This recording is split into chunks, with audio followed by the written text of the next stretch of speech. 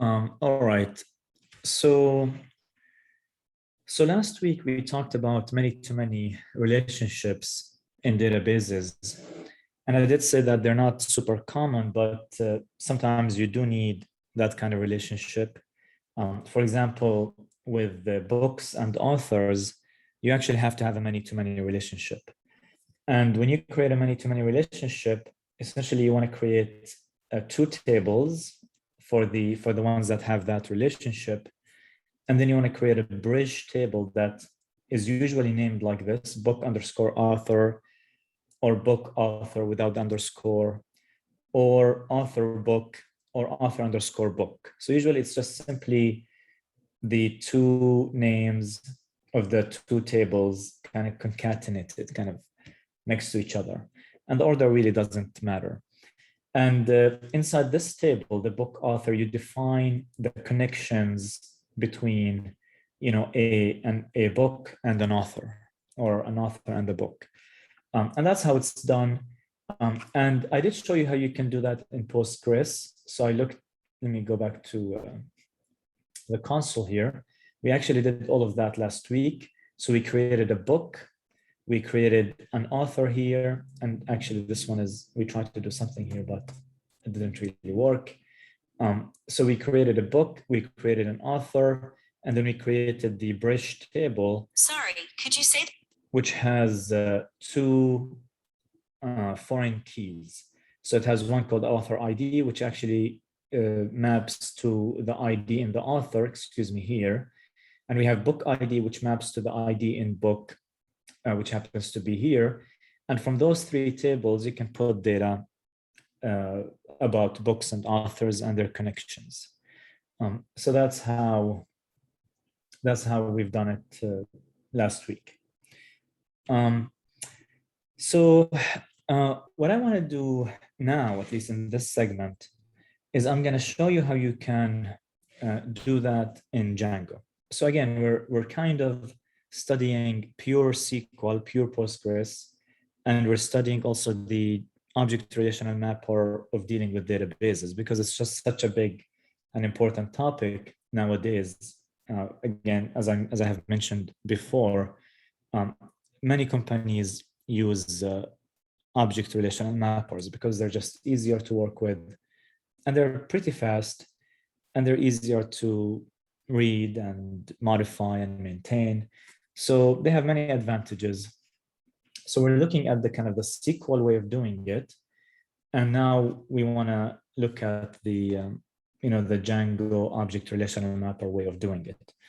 And the Django object relational mapper way of defining those, at least, happens in the models.py. So we've seen that before. So we've used models.py to create, tables, and essentially we create a class, we give it attributes, and then we do make migrations migrate. And Django is gonna look at this file, models.py, and it'll make sure that it's kind of in sync with the database. So if we add a class that doesn't kind of exist here, Django is going to create that kind of table for us. Again, that's kind of that's a good way of describing it.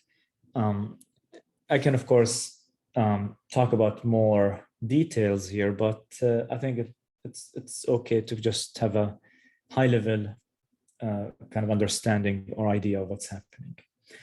Now, some of you might say, well, if I go to the console, what we have here is just a basic table, and we have a basic table here, and we have this bridge table, which is another kind of table that has two foreign keys. And that's absolutely true, which means that you can go to the models.py and you can do exactly that. You can create kind of three tables. You can say book, author, and book author that actually has one-to-many relationships to each one of those two tables, because that's really what it is. So when you have a foreign key, you have a one-to-many from here to here, and you have one-to-many from here to here.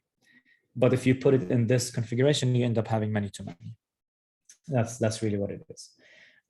So there's a many-to-many relationship between book and author, but really the relationship between author, or rather book author and author, is one-to-many, and the relationship between book author and book is one-to-many.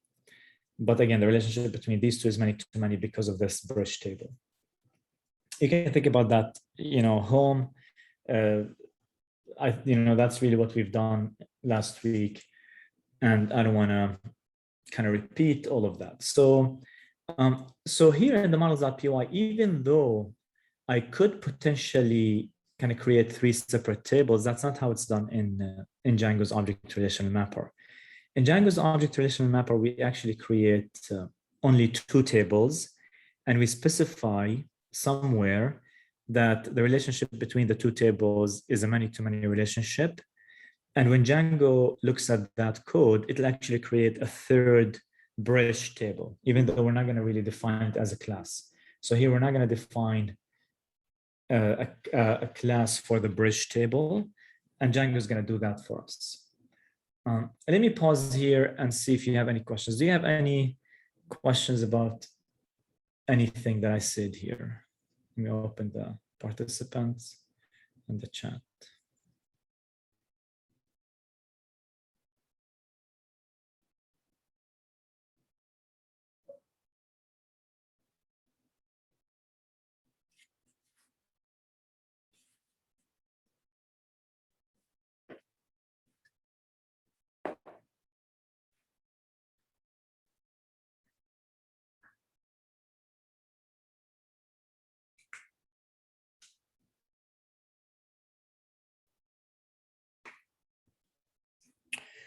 All right, it doesn't seem that you have questions. Let's do that in Django. Now, in Django's object relational mapper, let me see what I have. I have a quiz here. I have a question, and I have a student, which I've created earlier. I have a course. Okay, that's all good. I don't have book and I don't have author. So let's do that. Let's kind of do the same thing. Now, again, you do remember that because this models.py is inside my main app, the name of the tables will always start with main underscore, then followed by the name of the class. So it's going to be different than the book and the author and the book author that are here, because these do not have main underscore, because I've created them here in this Postgres console. This is the console for Postgres. All right, so let me kind of move things around a little bit. Okay. All right, so let's go here. Okay, so I'm going to create a book and an author. So I'm going to say class book. I'm going to say models.model. Now I forgot what I have in book. I mean, I can have the same kind of structure. I don't have to. Number of pages is actually okay. That's a good attribute, but maybe we can have other attributes. What do you think some attributes are for books? I mean, what are some of the attributes that we might be interested in for a book? Loy, what do you think?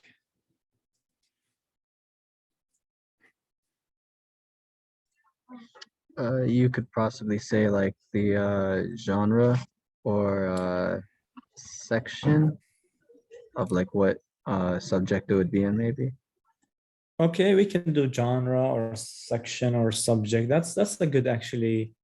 That's a very good attribute. ISBN, we do have ISBN, so I want to kind of have a different structure. Someone said publish date. That's actually pretty good. Publish date is important. And also genre is nice. So let's kind of do that. So I'm going to go here. I'm going to say, of course, we have a book title. We don't want to not include that. And I'm going to say it's going to be models.char field max length, maybe 200. And then let's do book genre. We can do genre. And that's going to be also char field, maybe max length 200 also. 200 is too many characters, but that's okay. Let's do 100 for the genre. And then book, maybe publish date. Sure, we can do publish date. And here I'm going to say models.date field, or I can do date time, but date makes more sense. Okay, so that's the book. Then I'm going to create, of course, the author. And of course, the author, has a first name, char field maybe 100, and the author has, of course, last name.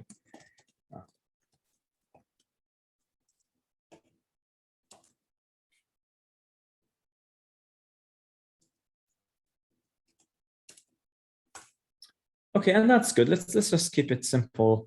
And that's, again, if I make migrations and migrate, that will create two separate tables. It's not going to create any connections because I haven't specified anywhere that there's a connection. So you would, I think you know that probably that's not going to create any connection. If I want to create a connection, I have to specify that in the second table. So let me make sure that we understand that. It doesn't really matter whether you start with author. So here I'm starting with author, then going to book. I can, of course, start with book, then go to author. It doesn't really matter. However, when you want to specify that there's a many-to-many relationship, you have to do it in the second class. And the reason why you do that, because you have to reference the first class. So for you to be able to reference another class, it has to be kind of defined before. That's how it's done. So here, because of that, in this case, I'm gonna kind of define or specify the many-to-many relationship in this class. So it looks like this. You specify books, and again, that's kind of the convention. It can be any name, but this is, again, a strict convention that you probably want to stick to. So you would say books, which is essentially the plural of the name of the other table. And here you would say models dot many-to-many, many-to-many field. And between the parentheses, you want to specify the name of the table, which is book, which is the name of the class, essentially. Guys, does that make sense? It's very simple. It's actually nice and a little bit simpler than this, because this is error prone. The problem with this is once you write it and once you make sure that it's correct, then it's all good. There's no problem there. But sometimes you might make a mistake, and that'll be a problem. Also, the reason why this is much better is because you can interact with the database in an easier way, just like how we've done it last week. All right, so I'm going to make migrations migrate. I'm going to go to the terminal. I'm going to say Python manage.py make migrations. Then I'm going to say Python. You can see that it says I'm going to create those two tables, although in reality, it's going to create actually a third one as well. And we can see here, I mean, if you want to look at this number, if you'd like, do you see this number here? I can refresh the database just to show you that we don't have more stuff. I'm refreshing it now. And you'll see that we'll have 22 tables. Okay, you can see we have 22 tables. And when I do Python manage.py migrate, it should be 25. So it should create 3 tables, this, that, and the bridge table. So let me refresh and see that. Is it going to be 25? You can see that it's 25. So it's created 3 tables. Again, it created the main book. That's the pretty obvious one. And it created main author. That's also pretty rather kind of obvious. And then we have main author books. So notice that it used kind of a very similar convention. So it used author underscore, but this is the plural. In our case, we actually used book author, book underscore author. Here, Django used author underscore books, which is okay. That's fine. I mean, you can use author books or author book. You can use really any name you want.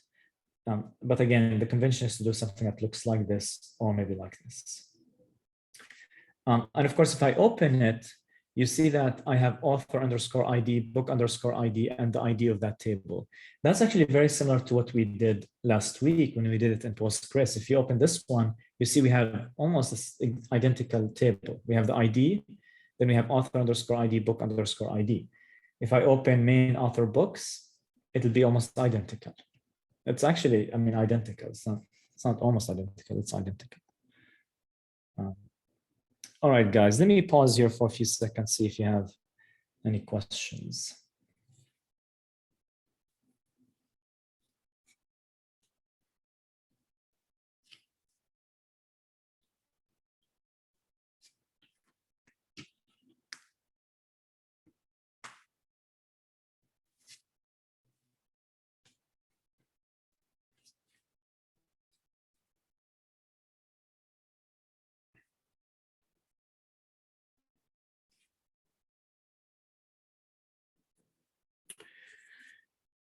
All right, so there's no question. So that's good. This is the creation of many-to-many using Django, Django's object relational mapper. So I'm going to stop the recording and start again because I'm going to right now talk about accessing and inserting into, let's do inserting into first. Let me stop the recording.